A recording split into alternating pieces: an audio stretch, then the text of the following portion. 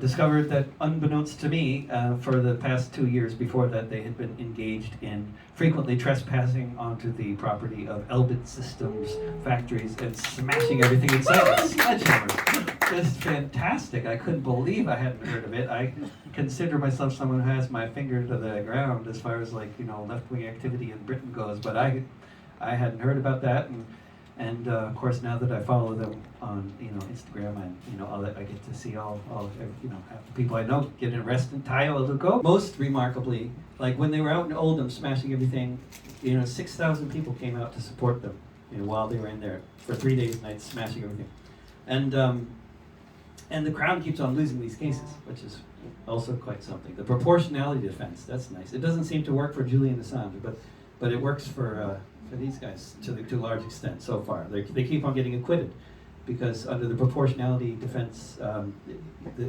the company aiding and abetting Israeli war crime, proportionately what's relevant and smashing their millions and millions of dollars worth of damage to their equipment and destroying their roofs and making them close their factories is irrelevant, basically, in comparison. So that's nice. That's a nice law. They're going to get rid of it. Nice. They've already done it.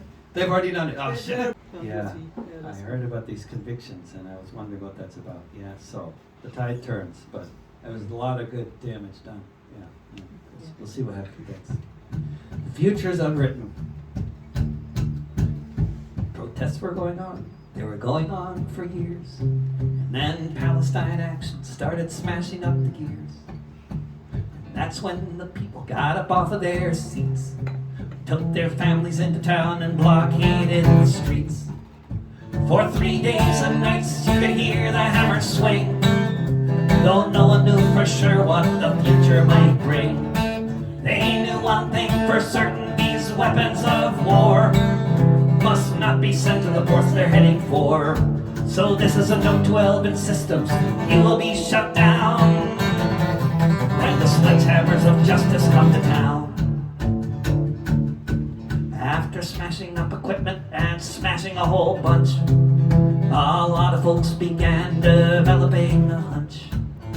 The cops took 3 full days to send anyone inside, and after 15 hours they let the charges slide. It seems the prosecutors understood the climb. British companies aiding and abetting war crimes. The factory in Oldham had to close its gate, and the muralists in Palestine said that smashing great. So this is a note to Elbit Systems: you will be shut down when the sledgehammers of justice come to town.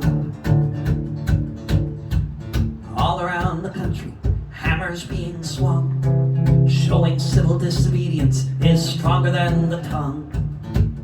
Taking action here so the weapons go nowhere, so they don't get sent to the IOF, cause we know what they'll do there. And so does the Prime Minister and the men who he supports, selling weapons to war criminals who don't want to go to court, who don't want to face the facts of what they've done, where the bullets go when they're fired from the guns. So this is a note to Elbit Systems: you will be shut down when the sledgehammers of justice come to town. This is a note to Elbit Systems: you will be shut down when the sledgehammers of justice come to town. When the sledgehammers of justice come to town. Unadikum, unadikum, unadikum.